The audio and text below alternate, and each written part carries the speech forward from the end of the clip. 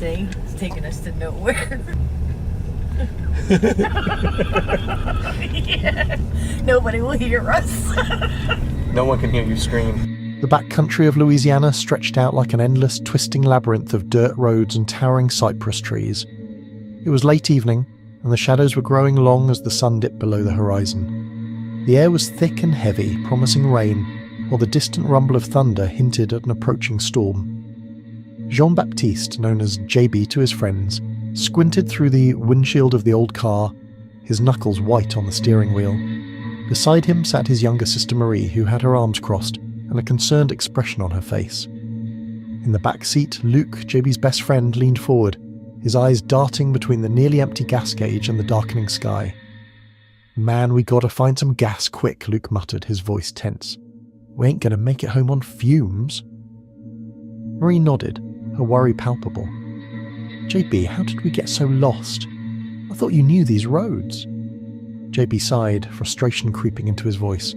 "I thought I did, but these roads all look the same out here. We should have been home hours ago." The car's engine sputtered slightly, causing all three to glance nervously at the dashboard. They had been driving for hours, trying to navigate the confusing web of country roads. The map they had was outdated, and their phones had lost signal long ago. As the storm approached, the air grew colder, and a sense of urgency settled over them. Just as the sky turned a deep shade of purple, they spotted a small flickering light up ahead. JB eased off the gas and coasted toward it, revealing a rundown gas station.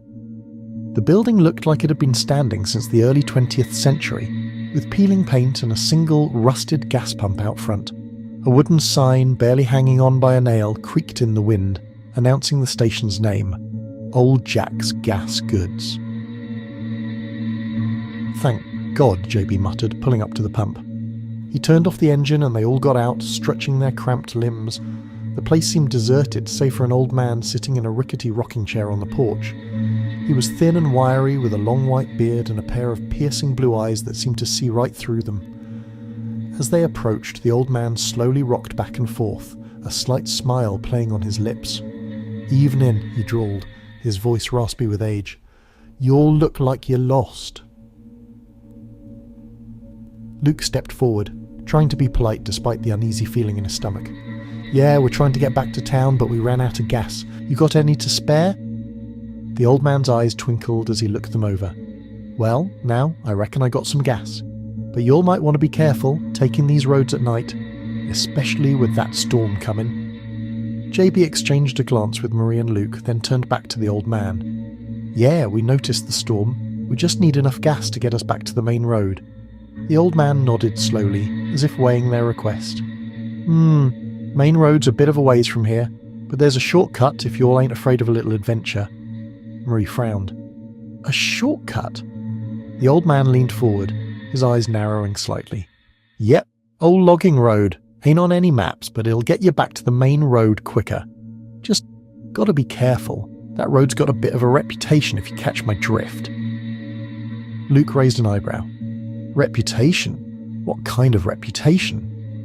The old man chuckled, a dry, hollow sound. "Well, folks round here say it's haunted. Spirits in the woods, shadows that follow you. That's just old wives' tales, ain't it?" JB glanced at the others, then back at the old man. They were running out of options, and with the storm coming, they couldn't afford to be picky. "We'll take the shortcut," he said, his voice firm. The old man nodded and shuffled inside the gas station. He returned a moment later with an old, rusted gas can, which he filled up at the pump. As JB paid him, the old man pointed down a narrow dirt path that led into the woods. "Just follow that road," he said, his voice low. "And remember, keep your eyes on the road. Don't go looking into the woods." JB nodded, feeling a shiver run down his spine. They got back into the car and JB started the engine. As they pulled away from the gas station, the old man waved, his smile fading into a more serious expression. "Good luck," he called after them. "You're gonna need it." The shortcut begins. As they drove down the narrow dirt path, the air grew colder, and the trees seemed to close in around them. The headlights of the car barely penetrated the darkness, casting eerie shadows that danced along the road. The path was rough, full of potholes and rocks, and JB had to slow down to avoid damaging the car. Marie glanced nervously out the window. "This place gives me the creeps," she muttered. "Why did we listen to that old man?" Luke, trying to lighten the mood, chuckled. "Come on, Marie. It's just an old road. Ain't nothing to be scared of." JB stayed silent, focusing on the road ahead. The old man's warning played over and over in his mind. Keep your eyes on the road. He felt a growing sense of unease, like they were being watched.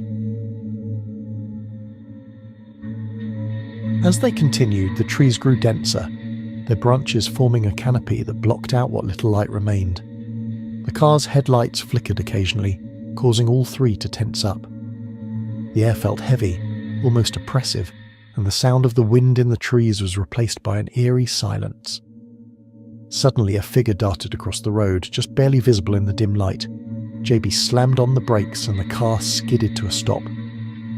They all sat in stunned silence for a moment, the only sound the pounding of their own hearts. "What was that?" Marie whispered, her voice trembling. "I don't know," JB replied, his eyes scanning the darkness. "Maybe a deer?" Luke shook his head, his face pale. "That wasn't no deer. It looked like a person." They waited, listening for any sound, but the woods were silent. JB took a deep breath and put the car back in gear. "Let's just keep going. The sooner we're off this road, the better." As they drove on, the fog began to roll in, thick and white. It clung to the ground, swirling around the car and making it hard to see. The headlights barely cut through it, casting an eerie glow. JB slowed the car to a crawl, afraid of what might be lurking just beyond their sight. Marie leaned forward, her eyes wide. "Did you all hear that?" They all strained to listen, and then they heard it. Faint whispers, like voices carried on the wind. They couldn't make out what was being said, but the tone was unmistakable. Soft, insistent, and unsettling. "Who's out there?" Luke called, his voice shaky. "Show yourself!" The whispers stopped, replaced by a sudden, chilling silence. Then, out of the corner of their eyes, they saw movement. Shadows flitted through the fog, just beyond the reach of the headlights. They moved too quickly to be human, too silently to be animals. JB tightened his grip on the wheel, his knuckles white. "We can't stop. We gotta keep moving." They drove on, the tension in the car thick enough to cut with a knife. The whispers returned, louder this time, and the shadows seemed to grow bolder, darting closer to the car. The air inside felt suffocating, and Marie had to fight the urge to roll down her window, even though she knew it wouldn't help. Then they saw it. A bridge up ahead, barely visible through the fog. It was old and rickety, made of wood that looked like it could collapse at any moment. JB hesitated for a moment, but there was no turning back now. He slowly drove onto the bridge, the car's weight causing the wooden planks to creak and groan. "JB, be careful," Marie urged, gripping the edge of her seat. Luke looked back, his eyes wide. "You all seeing this? The fog? It's like it's alive."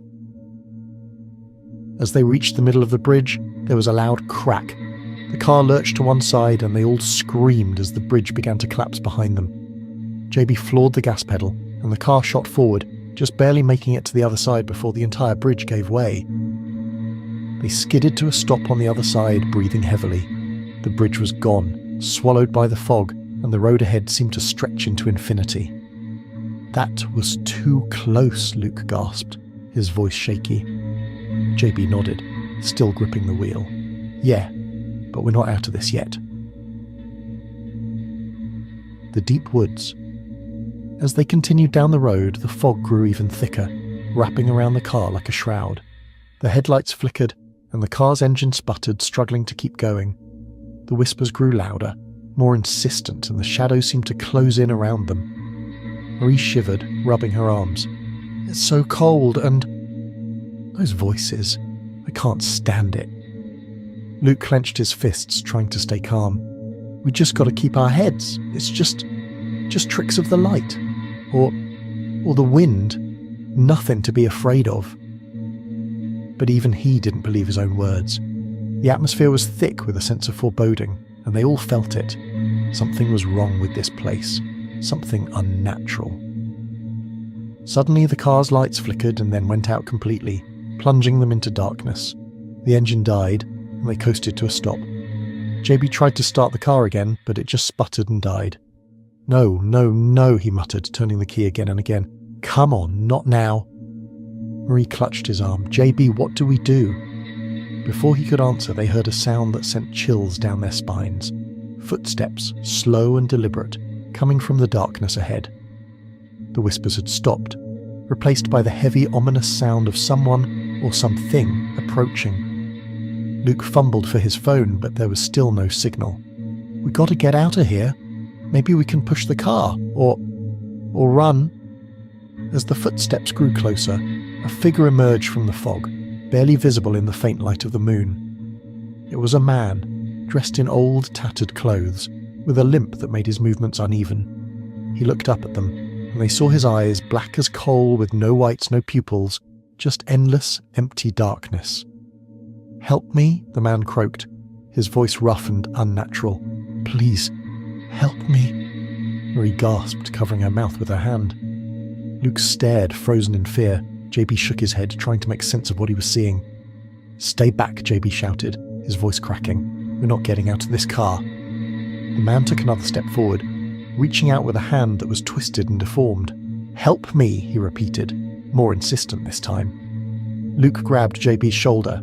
"Man, we can't just leave him out there. What if he's hurt?"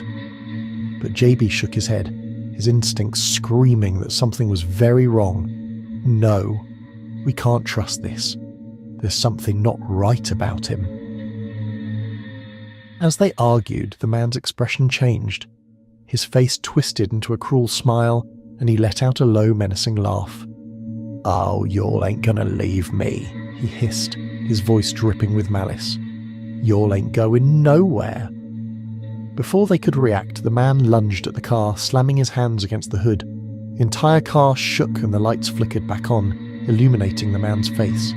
His skin was pale and translucent, with dark veins running underneath, and his eyes, those eyes were empty, soulless voids. "Go!" Marie screamed, her voice high-pitched with terror. "JB, go!" JB didn't need to be told twice. He turned the key again, and this time the engine roared to life. He slammed the car into reverse, hitting the gas hard. The man was thrown off the hood, disappearing into the fog. They sped down the road, the car's tyres kicking up dirt and gravel. The whispers returned, louder and more frenzied, as if the entire forest was alive with unseen voices. The fog swirled around them, thickening with every second, and the shadows grew bolder, darting in and out of their vision. "We have to get out of here," JB muttered, his voice tight with fear. "This place, it's wrong." Luke nodded, his face pale. That wasn't a person. It couldn't be. Marie clung to the seat, her eyes wide with fear. What was it then? A ghost? A demon? JB shook his head, his eyes fixed on the road ahead. "I don't know, but we can't stop. We can't let it catch us." As they drove, the fog began to lift slightly, revealing more of the road ahead. But it wasn't a comforting sight. The trees had changed. They were twisted and gnarled, their branches reaching out like skeletal hands. The ground was littered with bones, old and new, as if the path they were on was a graveyard. The car's radio suddenly crackled to life, filling the silence with static.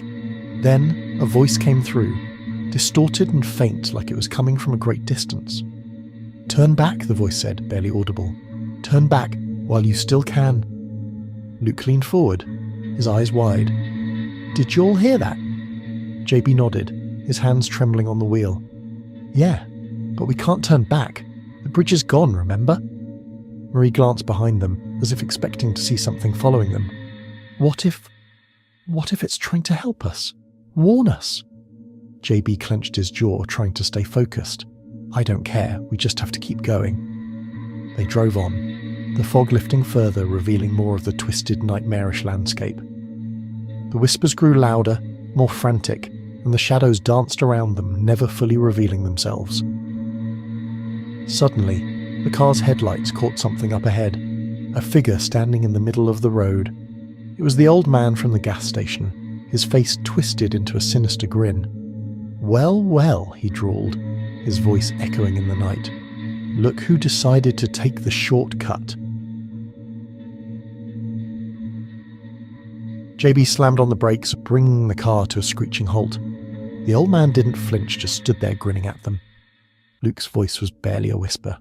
How did he get here?" The old man took a step closer, his grin widening. "Oh, I got my ways. You all should have listened to me, though. Should have stayed on the main road." Marie leaned forward, her eyes blazing with anger. "You tricked us. You knew what was out here." The old man chuckled, a low, sinister sound. "Oh, I knew, but you're so eager to take the shortcut. Couldn't resist, could you?" JB's hands tightened on the wheel, his knuckles white. "What do you want from us?" The old man's expression turned cold, his eyes glittering with malice. "Oh, it's not about what I want. It's about what they want." As he spoke, the whispers grew louder, more distinct. The shadows around them seemed to come alive, moving towards the car with unnatural speed. The fog thickened, wrapping around the car like a living thing. JB floored the gas pedal, the car lurching forward.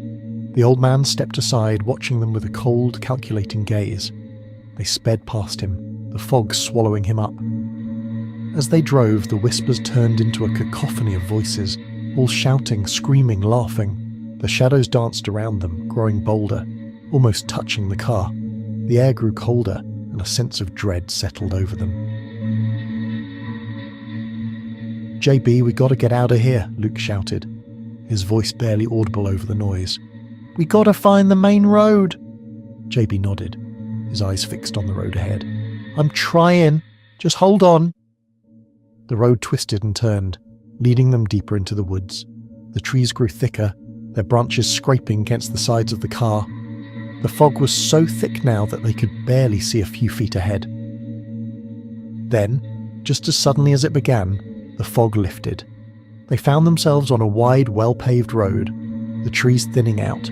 The whispers stopped, replaced by the sound of the wind in the trees.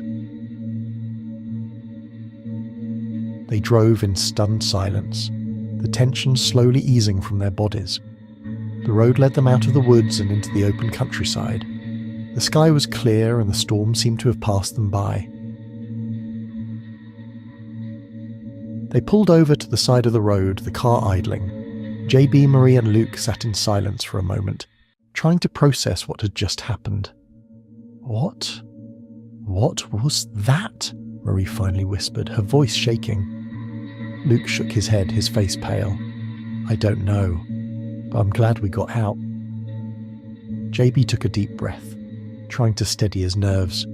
"Yeah, let's just get home." They drove in silence, the events of the night weighing heavily on their minds. They had escaped, but they knew they would never forget the things they had seen, the things they had heard, the old man, the whispers, the shadows. It all seemed like a bad dream, but they knew it was real.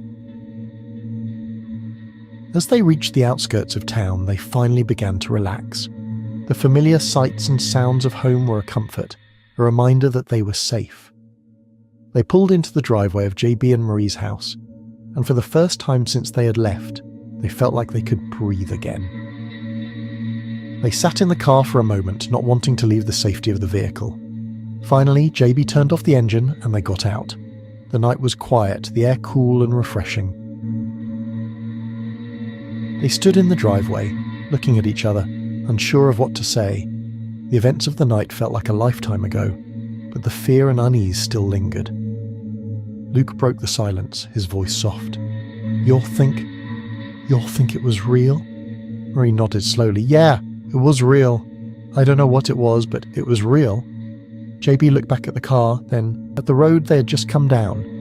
"We got to tell someone, the cops or something." Luke shook his head. "And say what? That we saw ghosts? That the woods are haunted?"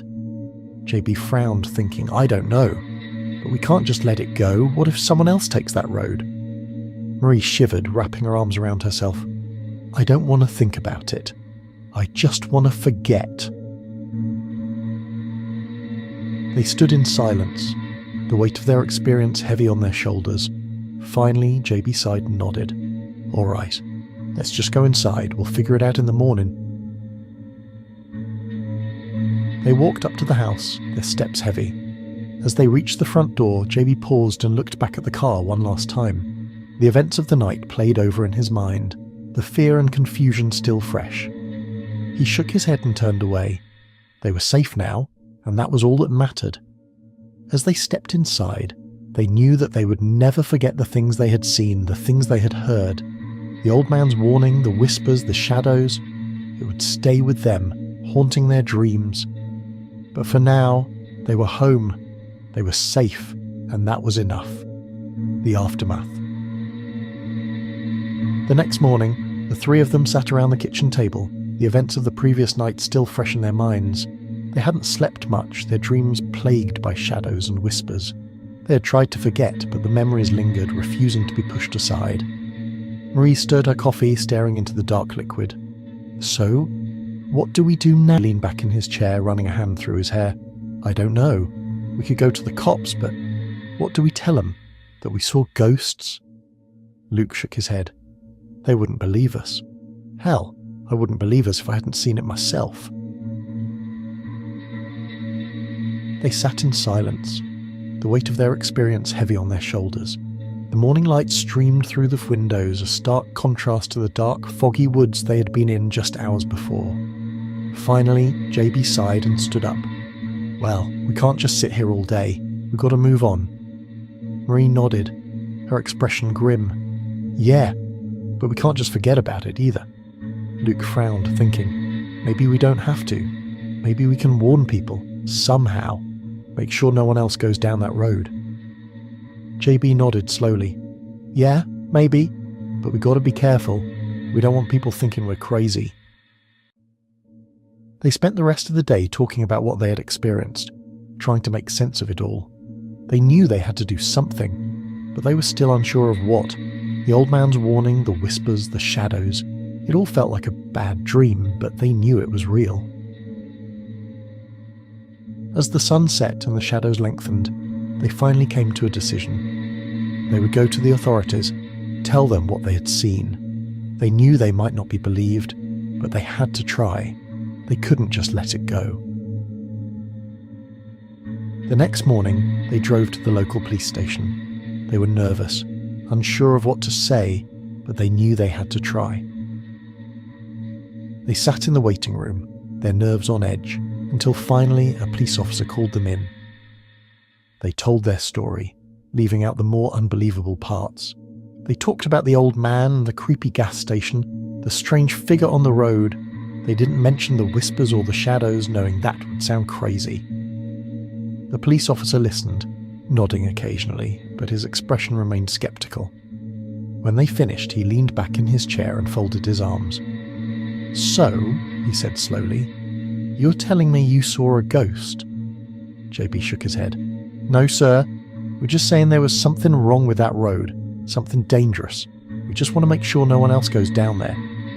The officer nodded, though it was clear he didn't fully believe them. "Well, we'll look into it, but you folks should probably just stay away from those back roads. They can be dangerous, especially at night." They left the police station feeling deflated. They had tried to warn people, but they knew the officer didn't take them seriously. They could only hope that no one else would take that road, that no one else would experience what they had. As they drove home, the sun setting behind them, they knew they would never forget the things they had seen, the things they had heard, the whispers, the shadows, the old man's warning. It would stay with them, haunting their dreams. But they were safe now. They were home, and that was enough. For now. As they settled back into their normal lives, the memory of that night began to fade, though it never truly left them. They avoided talking about it, trying to push it to the back of their minds. But every now and then, they would catch themselves listening for whispers in the wind or glancing nervously into the shadows. They never saw the old man again, and they never took the shortcut. The gas station was gone, replaced by a new, modern convenience store. The road they had travelled on was blocked off, deemed unsafe for travel. They tried to move on, but the memory lingered, a dark cloud hanging over them. As time passed, they began to hear rumours, stories of people who had gone missing in the woods, of strange occurrences and unexplained phenomena. They knew deep down that the old man was right. The shortcut was dangerous, and they were lucky to have escaped with their lives. But they were safe now. They were home, and that was enough. For now. But in the back of their minds, they knew that the shadows and whispers were still out there, waiting. And they knew that one day someone else would take the shortcut. And they knew that when that day came, the whispers would begin again. The story of JB, Marie and Luke's encounter with the haunted shortcut would go down as one of the great unsolved mysteries of their small town. Some people believed them, while others thought it was just a tall tale. But those who had seen the fear in their eyes, who had heard the tremor in their voices, knew the truth. The shortcut was real, and it was dangerous. And they were lucky to have escaped with their lives, for now. But the whispers and shadows were still out there, waiting, and they knew that one day they would return, and they would be ready. Y'all send us your story. Don't worry about it being perfect. We'll do our darndest to make it shine. We've got some of the best storytellers around who can add all the fixins and make your tale come alive. Whether it's a true story or something you cooked up, we'd love to hear from you and share it with folks. So go on and shoot us an email. Come on over to NightLightTale, where stories come alive. Subscribe and cozy up for a night full of random tales and that good old storytelling magic.